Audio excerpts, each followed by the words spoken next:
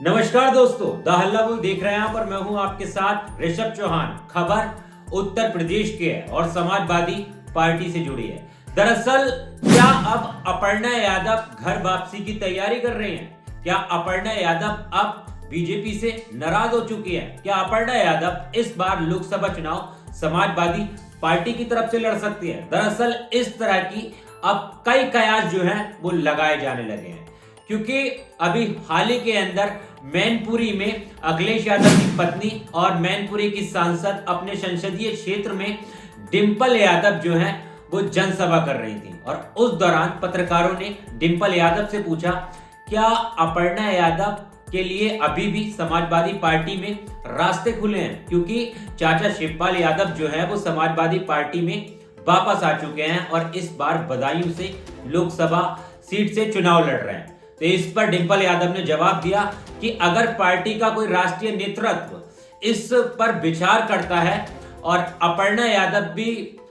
ऐसा सोच रहे हैं तो फिर डिंपल यादव को इससे कोई परेशानी नहीं है, उन्हें खुशी होने वाली है। इस तरह का बयान जो है वो मैनपुरी के अंदर अखिलेश यादव की पत्नी डिंपल यादव ने दिया और उसी के बाद से कयास लगाए जाने लगे कि अब शायद कुछ ना कुछ समाजवादी पार्टी के अंदर चल रहा है और यानी समाजवादी पार्टी के कुनबे की छोटी बहू अपर्णा यादव फिर से कहीं ना कहीं घर वापसी करने की तैयारी कर रहे हैं। क्योंकि मैं आपको जानकारी के लिए ये भी बता देता हूं कि अभी जो है अपर्णा यादव की बीते दिनों पहले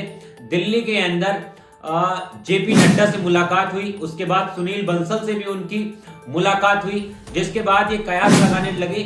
लोग कि अपर्णा यादव जो है उन्हें टिकट इस बार बीजेपी की तरफ से मिल सकता है। लेकिन मैं आपको जानकारी के लिए यह भी बता देता हूं कि ये सब कुछ अभी तक सिर्फ एक कयास है, क्योंकि बीजेपी ने उत्तर प्रदेश के अंदर अपनी 51 सीटों पर उम्मीदवार जो है वो उतार दिए हैं और 23 सीटें सिर्फ ऐसी बची हैं जिन पर मंथन चल रहा है और इसी में जो है अभी तक अपर्णा यादव का नाम जो है वो कहीं से भी डिक्लेयर बीजेपी ने नहीं किया है। और खबर ये भी आ रही थी कि अपर्णा यादव को एमएलसी बनाया जा सकता है, लेकिन उन्हें एमएलसी भी नहीं बनाया गया। लेकिन साल 2017 में जब चुनाव हुए थे उस वक्त अखिलेश यादव और कांग्रेस का जब गठबंधन था तब अखिलेश यादव ने जो है उत्तर लखनऊ की कैंट सीट से जो है वो अपर्णा यादव को लड़ाया था, लेकिन वहां से बीजेपी की प्रत्याशी खड़ी हुई थी रीता बहुगुणा जोशी, उनके सामने जो है अपर्णा यादव हार गई थी विधानसभा चुनाव। उसके बाद साल 2022 में क्या हुआ,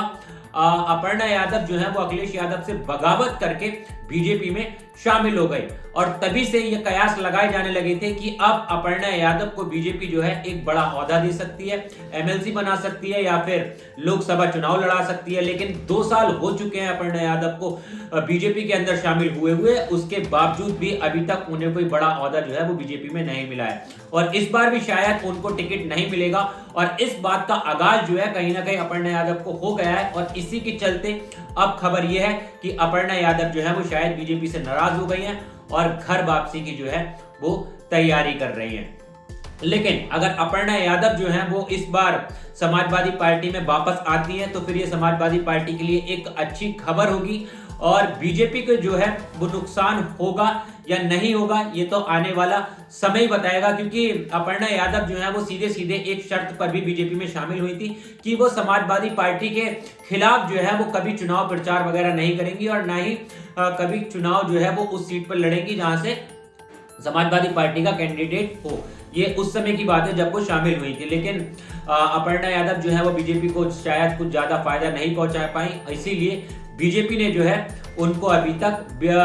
टिकट नहीं दिया और शायद लोकसभा चुनाव भी जो है इसीलिए कहीं से नहीं लड़ाना चाहती। लेकिन यहाँ पर आपकी क्या राय है, आपकी क्या समझ है, आपको क्या लगता है, क्या अपर्णा यादव सच में घर वापसी करने की तैयारी कर रही हैं या फिर वो बीजेपी में ही रहने वाली हैं? एक बार कमेंट करके हमें जरूर बताना। देश और दुनिया की तमाम खबरों के लिए हल्ला बोल को भी फॉलो कर लेना। मिलता हूं आपसे किसी और वीडियो में। जय हिंद।